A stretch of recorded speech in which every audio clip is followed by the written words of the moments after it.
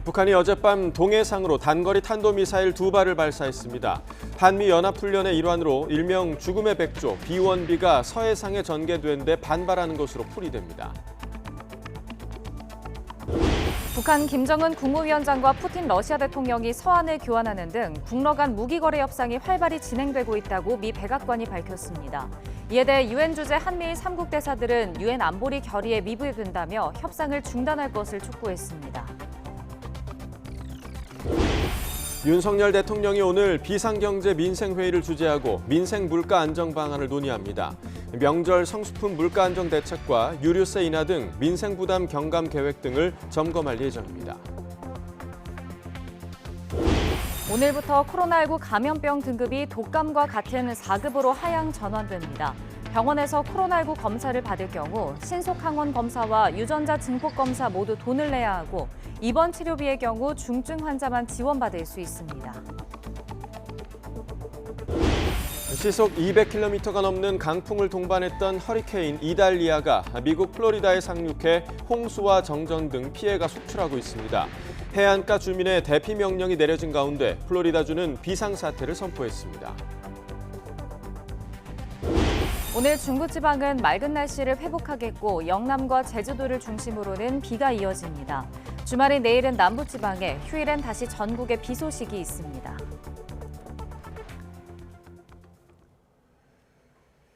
시청자 여러분 안녕하십니까? 굿모닝 YTN 2부 시작합니다. 북한이 어젯밤 동해상으로 단거리 탄도미사일 2발을 발사하는 도발을 했습니다. 한미 연합훈련의 일환으로 일명 죽음의 백조 B-1B가 서해상에 전개된 데 반발하는 것으로 풀이됩니다. 박기원 기자의 보도입니다.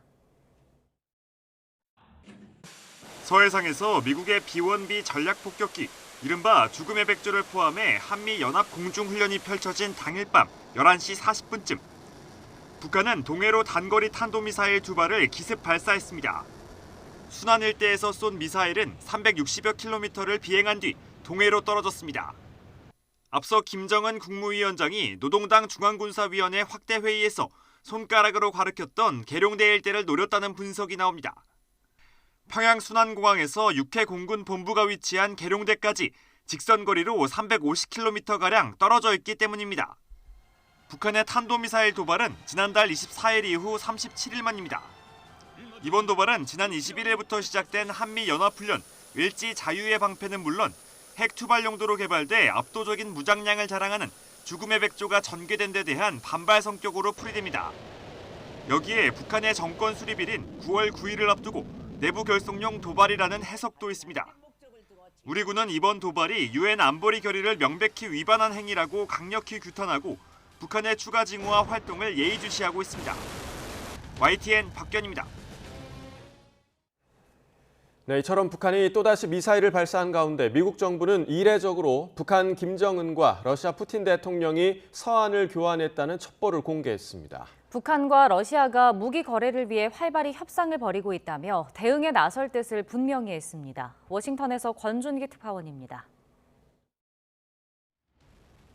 북한이 동해상으로 미사일을 발사한 직후 백악관 국가안보회의는 전화 브리핑을 열어 북한과 러시아 사이 무기거래 협상이 활발하게 진전되고 있다고 밝혔습니다. 북한 전승절에 맞춰 쇼이구 러시아 국방장관이 북한을 방문한 데 이어 또 다른 러시아 관리들이 평양을 찾는 등 무기거래 후속 협상을 벌이고 있다는 겁니다. 비슷한 시점 북한 김정은 국무위원장과 러시아 푸틴 대통령이 서한을 주고받은 사실도 공개했습니다. Shoigu recently traveled to the DPRK to try to convince Pyongyang to sell artillery ammunition to Russia. Since that visit, President Putin and the leader of the DPRK, Kim Jong-un, have exchanged letters pledging to increase their bilateral cooperation. 곧이어 뉴욕 유엔 본부에서는 한미일 유엔 대사들이 북한과 러시아 간 무기거래 협상을 규탄하는 기자회견을 열었습니다. 러시아가 찬성표를 던졌던 대북 제재 결의를 스스로 위반하고 있다며 상임 이사국으로서 모순된 행동을 비판했습니다.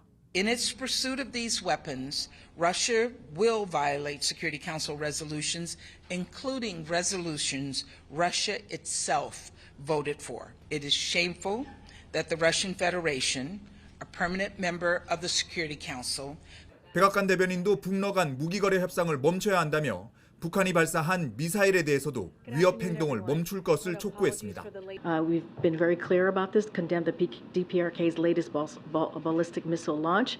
This launch is in violation of multiple United Nations Security Council resolutions and possesses a threat to the DPRK's neighbors and international community. 미국이 김정은과 푸틴 간 서신교환 첩보를 이례적으로 공개하며 견제에 나선 건 중국까지 러시아 전쟁 지원에 나서지 못하도록 미리 차단하려는 의도도 포함된 것으로 분석됩니다. 워싱턴에서 YTN 권준기입니다.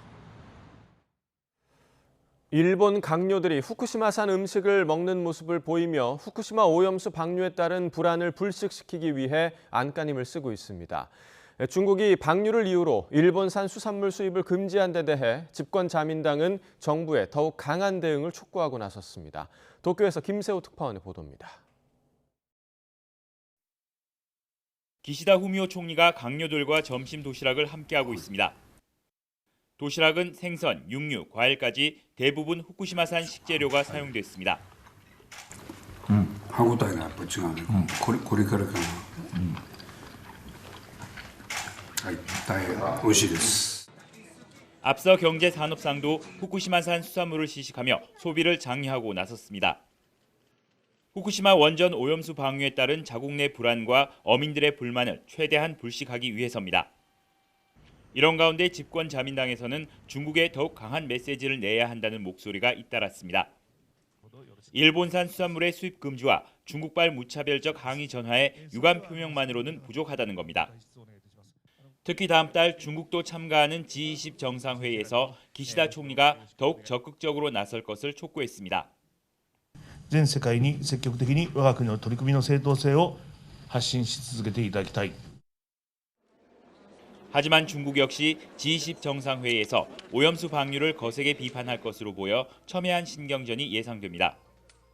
이와 함께 한중일 정상회의를 위한 고위급 외교 당국자 협의가 조율 중인 것으로 알려졌지만 중국이 오염수 방류에 반발하고 있는 만큼 얼마나 순조롭게 진행될지는 미지수입니다. 오염수 방류를 놓고 국제 무대에서 중국과 일본의 비난전과 맞대응 수위는 더욱 높아질 것으로 보입니다. 도쿄에서 YTN 김세호입니다. 일본이 지난주 방류를 시작한 후쿠시마 원전 오염수를 오염수가 아닌 처리수로 불러야 한다는 수산업계 주장이 나왔습니다. 이런 가운데 정부는 오염수라는 용어를 계속 쓰겠다는 입장을 재확인했는데요. 다만 다른 의견이 계속 나온다면 고민해 볼 필요가 있다고 덧붙였습니다. 박구현 국무조정실 1차장의 발언을 직접 들어보겠습니다. 당에서는 정부하고는 물론 큰 틀은 교류를 같이 하고 있습니다만 어민들하고 대화하는 과정 그 후속 조치로 나온 발언의 일환으로 알고 있습니다. 그런 걸 종합을 하면 당에서는 조금 더 전향적인 표현을 쓰시는 것 같고요. 현재까지 총칭하는 차원에서는 오염수 표현이 유지가 될 것이고 다만 구체적으로 어느 타이밍에 어느 정도로 좀 보완을 할 건지 이 부분은 계속해서 의견을 좀 들어보고 판단할 계획이다 이렇게 설명을 드리겠습니다. 아직까지 정부가 총체적인 용어를 공식적으로 전환하는 것까지 그 단계는 아니다.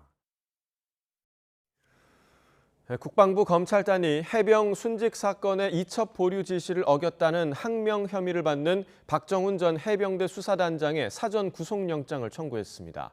국방부는 박 전 단장에 대한 신속한 수사를 위해 노력했지만 계속 수사를 거부하고 있는 상황에서 사안의 중대성과 증거인멸 우려를 고려해 구속영장을 청구했다고 설명했습니다. 앞서 박 전 단장은 28일 국방부 검찰단에 출석했지만 국방부 검찰단이 이첩 기록 탈취 행위에 깊이 관여됐다고 주장하며 사실관계를 담았다고 주장하는 진술서와 변호인 의견서만 제출한 채 조사를 거부했습니다. 대통령실을 상대로 한 국회 운영위에서는 해병대 최상병 순직을 둘러싼 수사 외압 의혹을 두고 난타전이 벌어졌습니다. 야당은 윤석열 대통령 지시가 시발점이라고 추궁했지만 대통령실은 윤 대통령은 관련 보고를 받지 않았다고 일축했습니다. 조은지 기자입니다. 야당은 최상병 순직을 둘러싼 군 수사 과정의 정점에 대통령실이 있다고 날을 세웠습니다. 지난달 31일 대통령 주재 수석비서관 회의에서 윤석열 대통령이 경로해 국방장관과 통화했고 이후 국방부가 임성근 사단장을 수사 대상에서 빼는 쪽으로 입장을 바꿨다고 추궁했습니다. 대통령실은 윤 대통령이 관련 보고를 받은 적 없다고 일축했습니다. 이 사건에 대해서 대통령께 보고를 했습니까? 그런 사실 없습니다. 그러니까 31일 수석비서관 회의에서 보고한 적이 없다는 거죠? 없습니다. 해외 출장 중인 장관을 대신해 국회에 나온 국방부 차관 역시 대통령과 통화한 적 없다고 확인했습니다. 국방부 장관이 대통령과 통화를 했습니까? 통화하지 않은 것으로 알고 있습니다. 어떻게 합니까, 그 사실? 제가 장관께 여쭤봤습니다. 경찰 이첩을 보류하고 언론 브리핑도 취소된 문제의 7월 31일 해병대 사령관과 접촉한 것으로 거론된 안보실 국방비서관도 그날 통화하지 않았다고 부인했습니다. 7월 31일 당일날 제가 해병대 사령관하고 통화한 적이 없습니다. 민주당은 대통령실이 관여한 게 사실이면 국기문란이라고 반복해 질문했는데 개입은 없었다. 용산 참모들의 대답도 되풀이됐습니다. 최상병의 안타까운 죽음에 대해서 그 진상을 밝히고 조사를 제일 잘하는 방법은 사실은 안보실장인 제가 이 문제에 대해서는 관여하지 않는 게 가장 중요한 방법이라고 봅니다. 관여하지 않고 있습니다.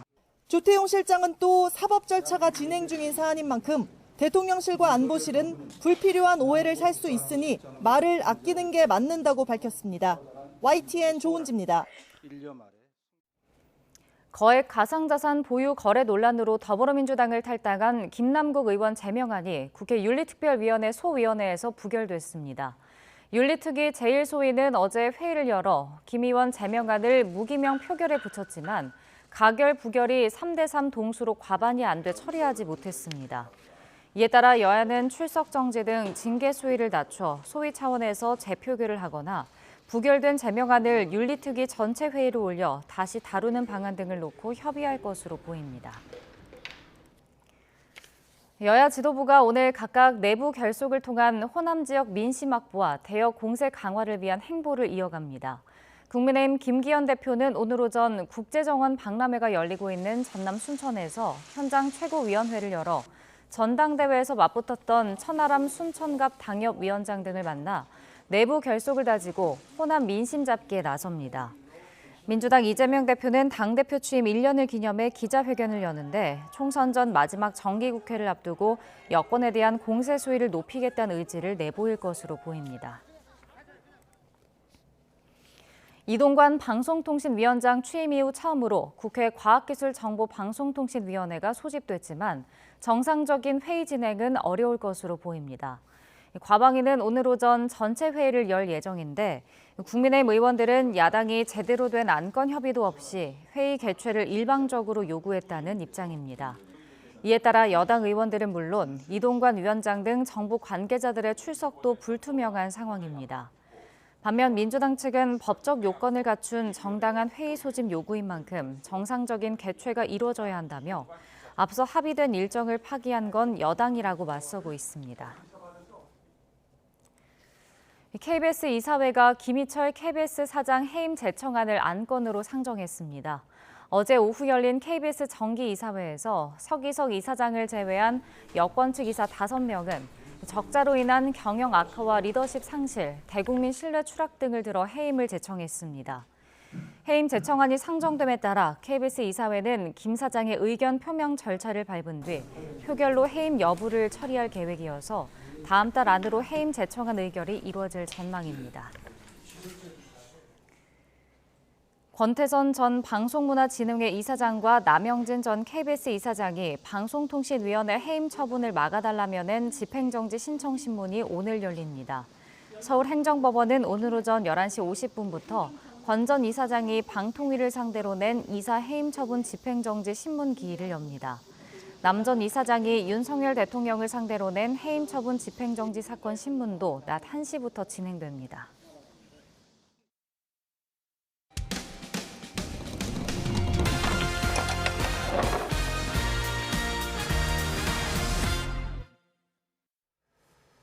최근 서울 송파구 예식장에서 발생한 집단 식중독 의심 증세에 이어 인근 예식장에서도 비슷한 증세의 환자 수백 명이 더 나왔다는 제보가 들어왔습니다. 알고 보니 같은 계열사의 예식장으로 하객들은 보도를 보고 뒤늦게 음식에 문제가 있다는 걸 알았다며 분통을 터뜨리고 있습니다. 제보는 Y 황보혜경 기자입니다. 지난 19일 서울 송파구 A 예식장 뷔페 식당을 이용한 하객들에게서 집단 식중독 의심 증세가 나타났습니다.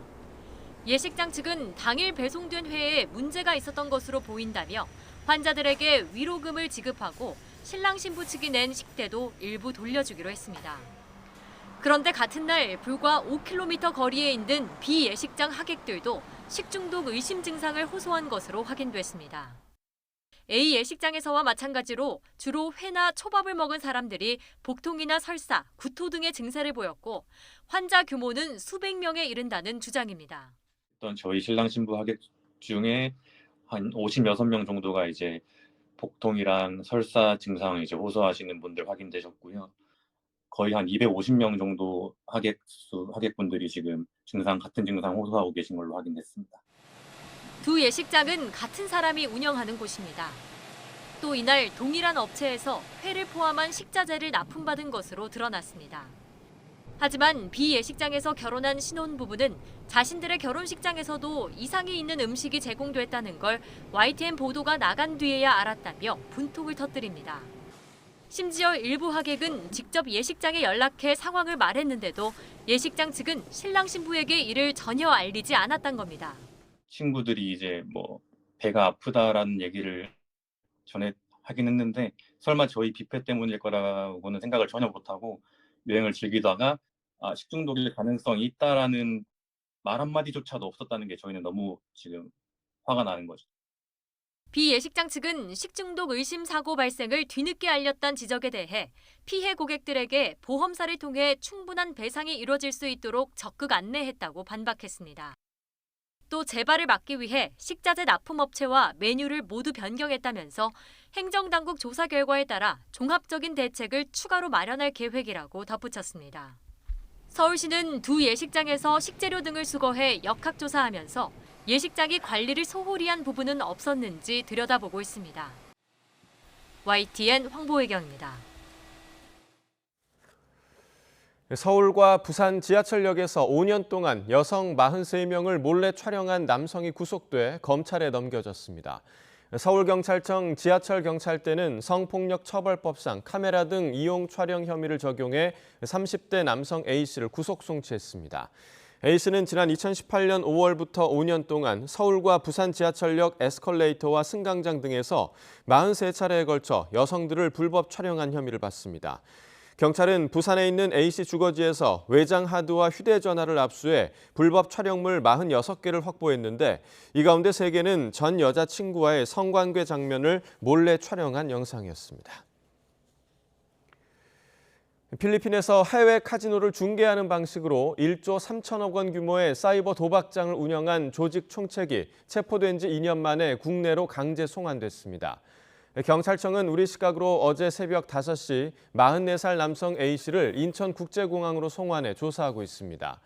A씨는 지난 2018년 7월부터 2019년 12월까지 필리핀 마닐라 등 동남아 현지에서 인터넷 도박 사이트를 개설해 운영한 혐의를 받습니다. 동남아 최대 규모의 사이버 도박장을 운영하던 A씨는 지난 2021년 9월 검거됐지만 A씨가 국내 송환을 피하려고 필리핀 현지 기관에 허위 사건을 접수하면서 송환이 미뤄졌습니다.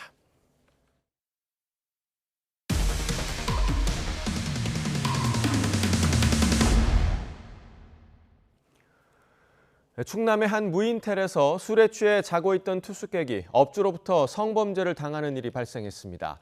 업주는 1심에서 징역형을 선고받았는데 지금의 법으로는 출소 뒤 다시 숙박업 일을 하는데 전혀 제약이 없습니다. 피해자는 같은 피해가 더 생기지 않게 성범죄자가 숙박업 일을 하지 못하게 해야 한다며 용기를 내 카메라 앞에 섰다고 말했습니다. 양동훈 기자가 단독 보도합니다. 지난 3월 A씨는 충남 부여군 모교를 방문했다가 술을 마시고 근처 무인텔에 혼자 투숙했습니다. 만취해 잠이 들었는데 누군가 방에 침입해 A씨에게 성범죄를 저질렀습니다. 갑자기 어떤 남자가 불도 꺼져 있는 상태에서 껴안아서 놀라서 깨게 되었고 죽임을 당할 수 있겠다라는 생각이 들어서 계속 자는 척하고 남자가 방을 나가자마자 A씨는 바로 경찰에 성범죄 사실을 신고했습니다. 경찰이 범인을 긴급 체포했는데 다름 아닌 무인텔 업주였습니다. 재판에 넘겨진 업주에게 법원은 징역 6년을 선고하고 성폭력 치료 프로그램 40시간 이수를 명령했습니다. 죄질이 매우 나쁘고 피해자가 극심한 충격에 고통받고 있는데도 납득하기 어려운 변명으로 일관하고 있어 엄벌이 필요하다고 양형 이유를 밝혔습니다. 이 숙박업소는 A씨의 모교에서 고작 700여 미터 정도 떨어져 있습니다. 차로 2분이면 올 수 있어 대학생들이 애용하는 거로 전해졌습니다. 숙박업소에서 투숙객을 상대로 한 성범죄 사건은 이전에도 있었습니다. 지난 2021년 서울의 한 모텔에서 직원이 객실 문을 따고 들어가 손님을 성폭행했습니다. 성범죄로 유죄 선고를 받고도 모텔에서 일하며 집행유예 기간 또 범행을 저지른 거로 드러났습니다.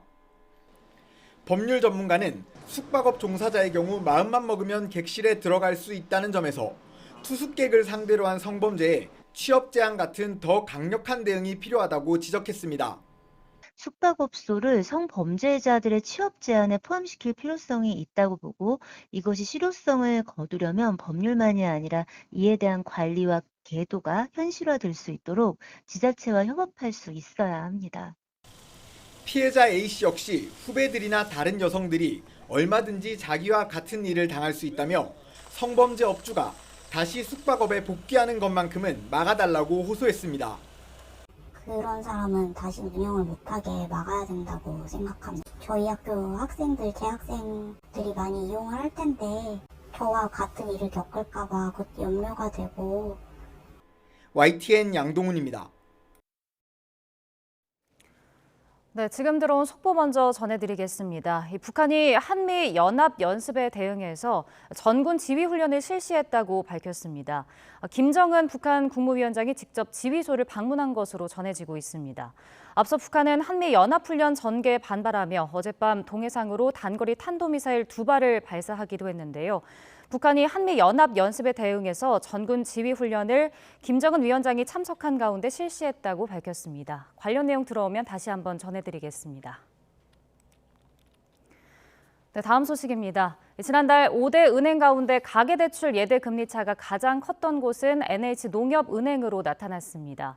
은행연합회 소비자 포털에 공시된 예대금리차 비교 통계를 보면 지난달 정책 서민금융을 뺀 NH농협은행의 가계 예대금리차는 1.11%포인트로 집계됐습니다.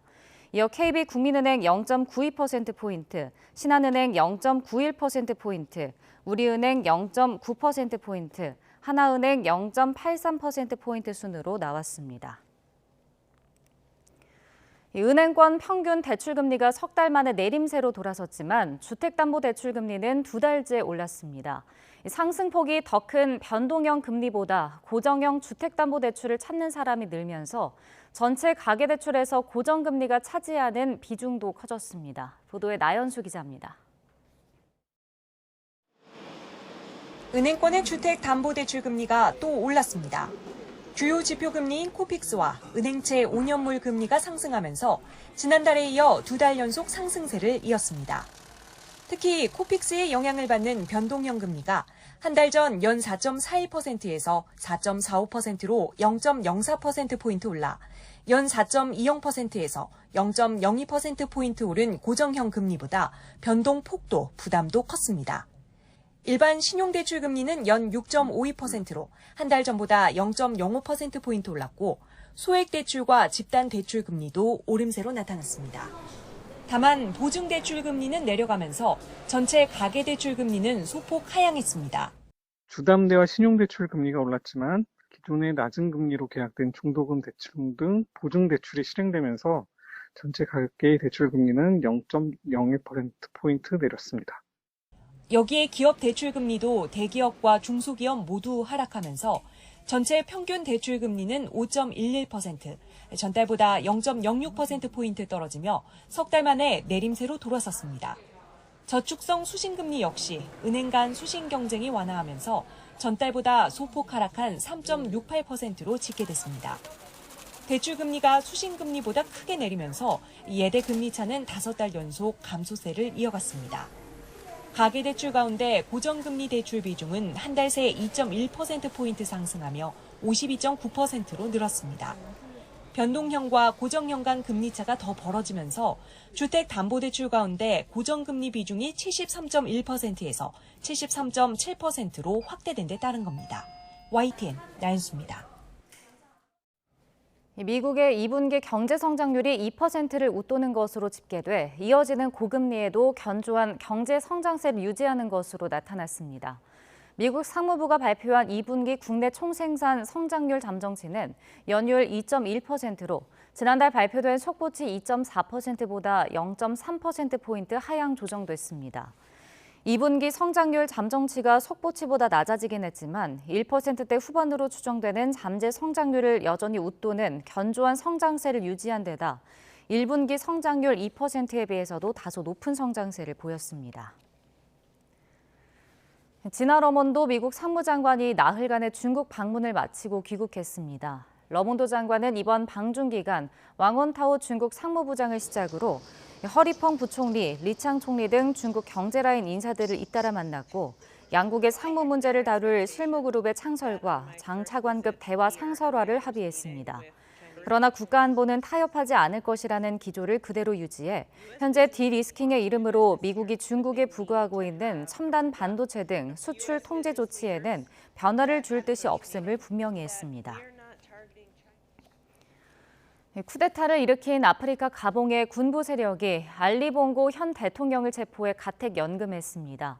아버지에서 아들까지 무려 56년째 계속되고 있는 가봉의 제왕적 독재가 끝을 맺을지 주목됩니다. 보도에 이상순 기자입니다. 가봉의 수도 리브르빌에서 군인 수백 명이 한 사람을 들어올리며 환호하고 있습니다.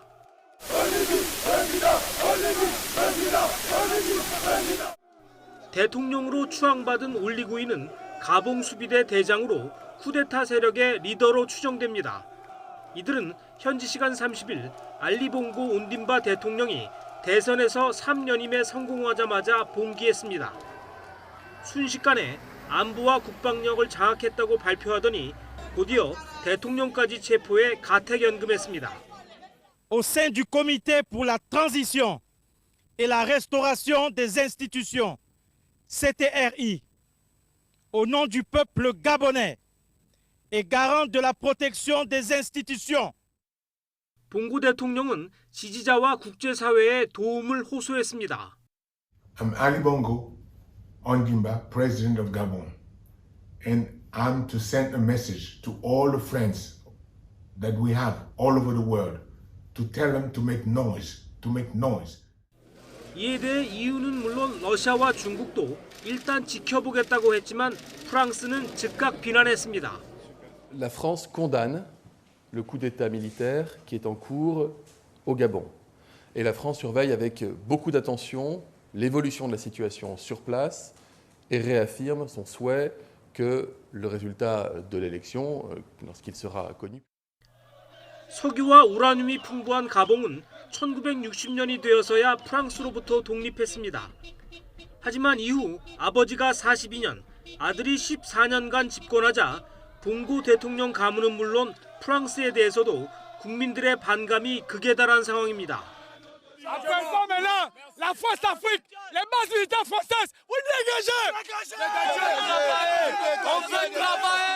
C'est le 30 août, c'est plus le 17 août. Là, c'est l'indépendance. L'armée a libéré le pays. Nous sommes libres. Nous avons le droit. 쿠데타가 성공한다면 가봉은 2020년 이후 서부와 중부 아프리카에서 8번째로 군부 쿠데타 정권이 들어서는 나라가 됩니다. 가장 최근에 군부 쿠데타가 성공한 나라는 지난 7월 니제르이고 그에 앞서서 말리와 기니 등이 군부 쿠데타로 정권이 교체됐습니다. YTN 이상순입니다. 쿠데타를 일으킨 가봉 군부가 브리스 올리귀 은구마 장군을 과도 지도자로 임명했습니다. 군부는 현지 시각 30일 국영방송을 통해 은구마 장군이 만장일치로 과도 재건위원회 의장으로 선출됐다고 밝혔습니다. 은구마 장군은 지난 2020년부터 국가 수반인 대통령을 지키는 공화국 수비대를 이끌어온 인물입니다.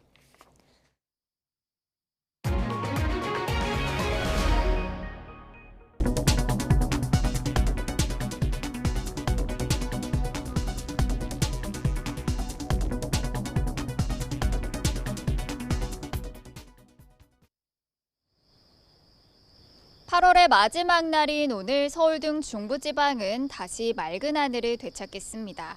반면 남부와 제주도에는 오락가락 비가 이어지겠는데요. 특히 영남과 제주도를 중심으로는 시간당 30에서 60mm의 매우 강한 비가 쏟아지겠습니다. 산사태나 침수 등 추가적인 비 피해가 우려되고 있으니까요. 주변 시설물 점검 철저히 해주셔야겠습니다. 현재 레이더 화면부터 살펴보도록 하겠습니다. 사선으로 발달한 정체전선의 영향으로 주로 영남과 제주도에 비가 내리고 있습니다. 이 지역에는 시간당 10mm가 넘는 다소 강한 비가 이어지고 있는데요. 내일까지 경남 해안과 제주도에는 150mm 이상, 경북 동해안에도 120mm가 넘는 큰 비가 오겠고요. 그 밖에 남부지방으로도 최고 80mm 안팎의 많은 비가 내리겠습니다. 오늘 낮 기온은 어제보다 1도에서 4도가량이 높겠습니다. 서울과 대전이 28도, 부산이 29도 등으로 비가 오지 않는 지역을 중심으로 다소 덥겠습니다. 주말까지 남부와 제주도를 중심으로는 비가 내렸다가 그치기를 반복하겠고요. 휴일에는 또다시 전국에 비가 내리겠습니다. 특히 주말부터는 태풍의 수증기가 유입되며 곳곳으로 집중호우가 쏟아질 가능성이 있겠습니다. 또 당분간 제주도와 남해안을 중심으로는 너울성 파도까지 높게 일겠는데요. 해안가 접근을 자제하는 등 안전사고에 유의하셔야겠습니다. 지금까지 YTN 신미림입니다.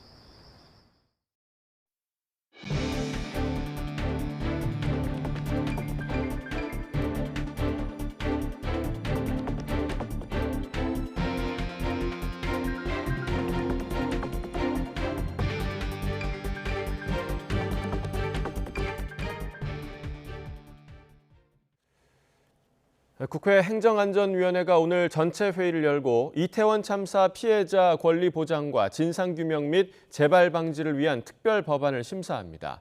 어제 민주당과 기본소득당 등 행안위 소속 야당 의원들은 안건조정위원회에서 단독으로 이태원 참사 특별법을 가결해 전체 회의에 넘겼습니다. 야당은 오늘 전체 회의에서도 단독으로 특별법을 의결해 법제사법위원회로 넘길 계획인데 일방적인 법안 처리라며 반대하는 여당 의원들과 신경전이 예상됩니다. 새만금 세계 잼버리 대회 파행 책임을 둘러싼 정치권의 공방이 거센 가운데 주무부처 수장인 김현숙 여성가족부 장관이 처음으로 부실 운영 논란에 대해 사과했습니다. 여야는 정부의 새만금 예산 삭감을 놓고 설전을 벌였습니다. 정현우 기자의 보도입니다. 증인 채택 문제로 파행된 여성가족위 회의에 불참해 논란을 빚은 김현숙 여성가족부 장관이 숨바꼭질 소동 닷새 만에 다시 국회를 찾았습니다.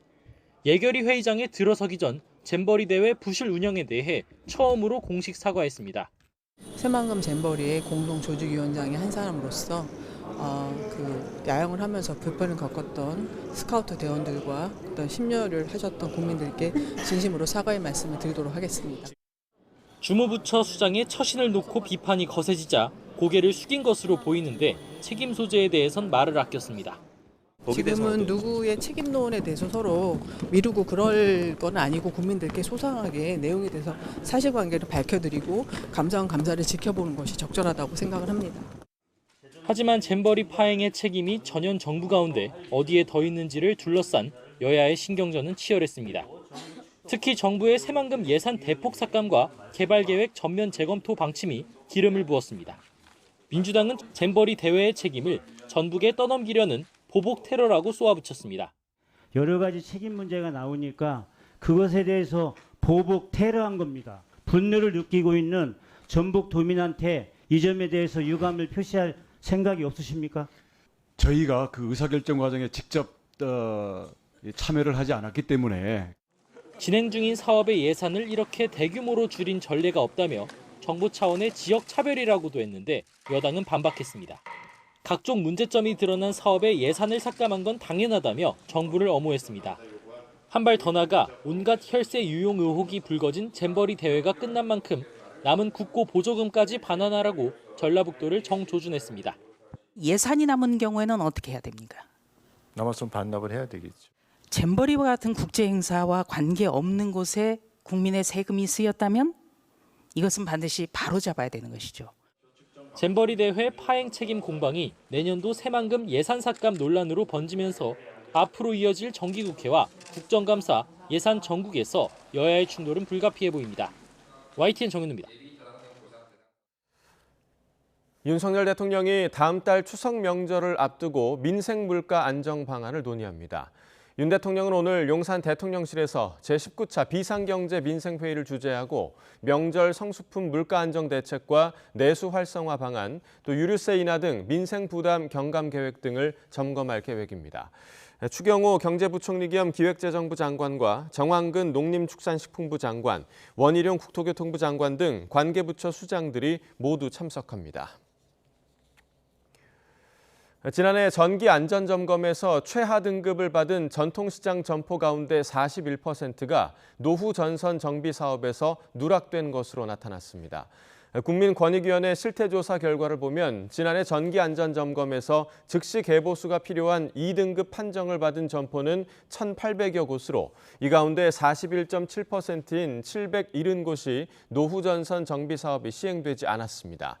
권익위는 중소벤처기업부가 지난 2019년부터 전통시장 점포의 노후 전기시설 정비 사업을 추진하고 있지만 시장 단위로 정비 사업을 신청 선정하게 돼 있어 해당 시장이 선정이 되지 않으면 화재 위험 점포여도 제외되기 때문이라고 지적했습니다.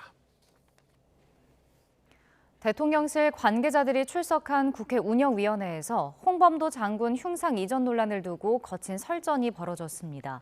대통령실과 여당이 홍 장군의 공산당원 이력을 육사 생도들의 정신전력과 연관짓자 야당은 박정희 전 대통령의 공산당원 활동을 거론하며 왜 잣대가 다르냐고 반발했습니다. 보도에 나혜인 기자입니다.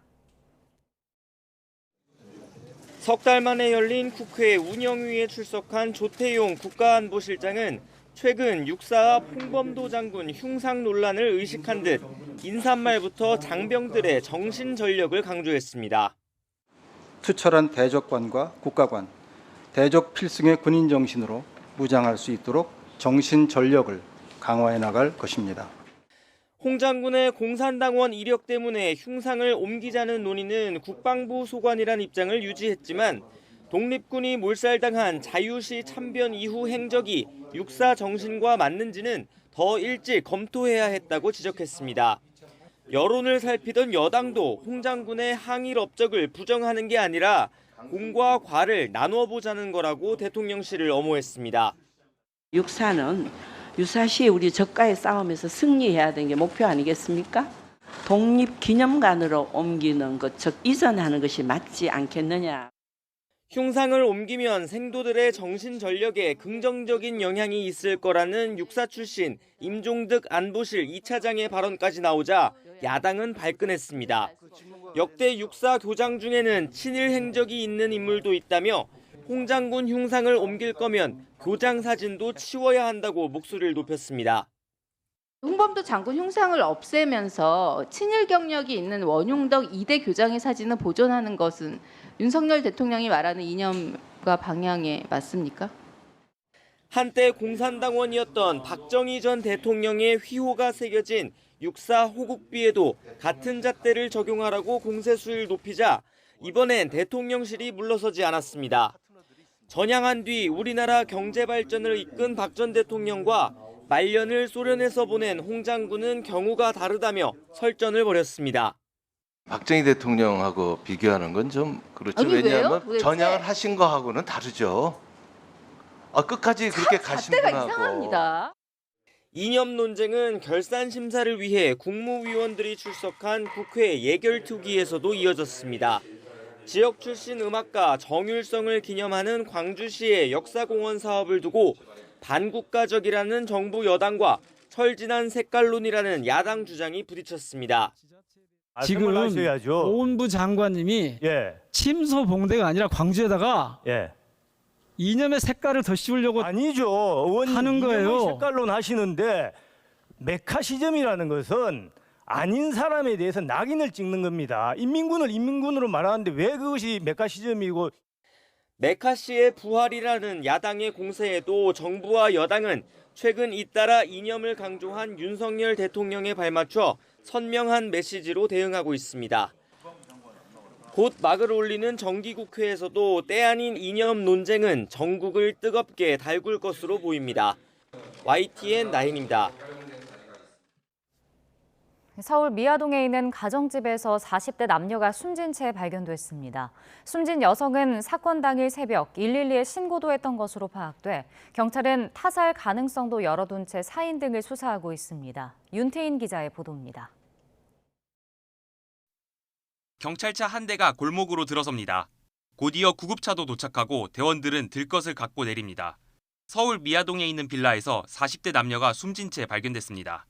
사건이 발생한 장소입니다. 경찰은 밤 9시쯤 창문을 통해 여성이 쓰러진 걸 발견한 가족의 신고를 접수받고 이곳으로 출동해 남녀의 시신을 발견했습니다. 한참 만에 열었어요. 예, 왜냐면 그 문이 개봉이 그렇게 안 되더라고. 그래가지고 소방서 119에서 오셔가지고 고생 무지 많이 했어요, 진짜. 숨진 여성은 같은 날 새벽 휴대전화로 112 신고를 했던 것으로 드러났습니다. 그러나 전화가 바로 끊긴 탓에 위치가 기지국 주변 넓은 반경으로 나오면서 출동한 경찰은 여성이 어디에 있는지 파악하는 데 난항을 겪었습니다. 여성의 가족 역시 정확한 주소를 알지 못했는데 예전에 방문했던 기억을 되살려내며 집을 찾아낸 결과 두 사람의 시신을 발견했습니다. 경찰은 남성의 주거지가 다른 곳인 점으로 미뤄 두 사람이 평소 함께 살았던 건 아니라고 보고 어떤 관계인지 확인하고 있습니다. 또 현장에 외부 침입 흔적은 없는 가운데 경찰은 국립과학수사연구원에 부검을 의뢰해 사인을 분석하고 있습니다. YTN 윤태인입니다. 오늘부터 코로나19 감염병 등급이 독감과 같은 4급으로 하향 전환됩니다. 오늘부터는 증상이 있어서 병원에서 코로나19 검사를 받을 경우 신속항원 검사와 유전자 증폭 검사 모두 돈을 내야 하고 입원 치료비의 경우 중증 환자만 지원받을 수 있습니다. 확진될 경우 5일 격리 권고는 계속 유지하되 기준 중위소득 100% 이하 가구 확진자에게 주던 생활지원비와 격리 또는 입원한 근로자에게 제공하던 유급 휴가와 유급 휴가비는 중단됩니다. 고위험군 집중보호를 위해 먹는 치료제는 현재 무상 지원 체계를 유지하고 선별진료소 역시 계속 운영됩니다.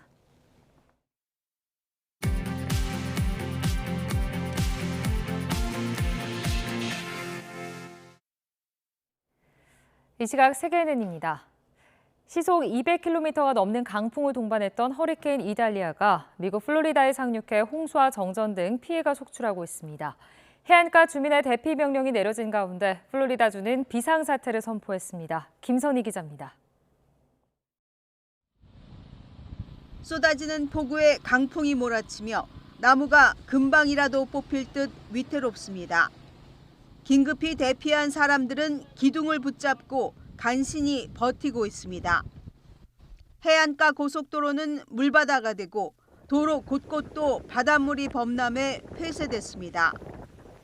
플로리다주 67개 카운티 가운데 절반가량인 30곳 주민들에게 대피 명령이 내려졌습니다. Flooding is unbelievable. Bayshore Boulevard is completely underwater and dangerous. 홍수와 정전 피해도 잇따르고 있습니다. 나무가 쓰러지고 전선이 끊어져 걸프만 인근에 수십만 가구가 정전됐습니다. 허리케인 이달리아는 플로리다를 관통하고 조지아주, 사우스 노스캐롤라이나를 거치며 열대성 폭풍으로 세력이 약해질 것으로 전망됩니다. 초강력 4급 허리케인이었던 이달리아는 플로리다주 상륙 후 2등급으로 낮아졌지만 계속 비를 뿌리며 피해가 이어지고 있습니다. 플로리다주는 비상사태를 선포하고 허리케인 대응을 위해 6만여 명을 투입했습니다. That level of storm surge is life-threatening. Do not go outside in the midst of this storm. 강력한 태풍은 올여름 바닷물 수온이 32도까지 오른 것이 영향을 미친 것으로 분석됩니다. 지난해 플로리다에서는 4급의 허리케인 이안이 강타해 150명이 숨졌고 1896년에도 허리케인으로 70여 명이 목숨을 잃었습니다. YTN 김선입니다. 쿠데타를 일으켜 권력을 장악했다고 선언한 중부 아프리카 가봉의 군부가 알리 봉고 온딘바 대통령을 체포해 가택 연금했다고 밝혔습니다. 군 지도부는 현지 시간 30일 국영방송을 통해 알리 봉고 대통령이 반역죄로 체포됐으며 가족과 의사들에 둘러싸인 채 가택 연금됐다고 말했습니다. 이어 가봉 군부는 브리스 올리기 온군바 장군을 지도자로 임명했습니다. 러시아와 튀르키예가 외무장관 회담에서 흑해 곡물협정 대안을 논의할 계획이라고 러시아 외무부가 밝혔습니다. 러시아는 카타르가 재정 지원을 하고 튀르키예가 러시아 곡물을 가공해 각국에 공급하는 방식으로 흑해 곡물협정을 대신할 것을 제안했습니다. 마리아 자하로바 러시아 외무부 대변인은 세르게이 라브로프 러시아 외무장관이 모스크바를 방문하는 하칸 피단 튀르키예 외무장관과 이틀간 회담하면서 이 협정을 의제로 다룬다고 말했습니다. 에르도안 튀르키예 대통령이 푸틴 러시아 대통령의 의중을 확인해 G20 정상회의에 전달할 예정이라고 스푸트니크 통신이 튀르키예 일간 밀리에트를 인용해 보도했습니다. 보도에 따르면 에르도안 대통령은 내달 9일에서 10일 인도 뉴델리에서 열리는 G20 정상회의에 참석해 우크라이나 사태 해결에 대한 푸틴 대통령의 의도와 조건을 전달할 계획입니다. 에르도안 대통령은 G20의 견해를 청취할 예정으로 이번 중재 과정이 사실상 러시아와 우크라이나의 평화 협상의 시작점이 될 것이라고 밀리에트는 기대했습니다. 조 바이든 미국 대통령이 최악의 산불 피해를 입은 하와이 마우이 섬에 전력망 복구 등을 위해 1,255억 원 규모의 자금을 지원키로 했습니다. 백악관은 바이든 대통령 주재의 마우이 섬 산불 관련 회의를 앞두고 이같이 밝혔는데요. 앞서 마우이 섬에서는 지난 8일 발생한 산불로 지금까지 115명이 사망했고 수백 명의 생사가 확인되지 않고 있습니다. 지금까지 이 시각 세계는이었습니다.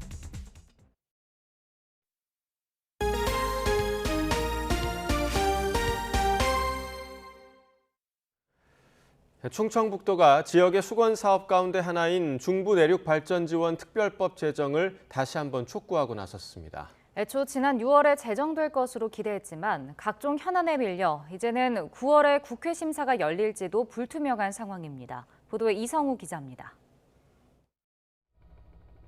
과거 개발 정책에서 소외됐던 내륙 지역의 권리를 회복하는 내용을 담은 중부내륙발전지원특별법. 국민의힘 정우택 국회의원 등이 지난해 말 공동 발의한 것으로 충북의 주요 수건 사업 가운데 하나입니다. 하지만 청주 오송 지하차도 참사와 잼버리 대회 문제 등을 둘러싼 여야 갈등으로 이 특별법에 대한 심사가 지연되고 있습니다. 발의된 지 8개월이 지났지만 1차 관문조차 통과하지 못하고 있는 겁니다. 사정이 이렇자 특별법 제정 추진 민간정 공동위원회가 토론회 등을 열며 특별법 연내 제정을 다시 한번 촉구하고 나섰습니다. 이 자리에서 중부내륙 특별법의 연내 제정을 위한 전략을 구상하고 실천 방안 등을 토의했습니다.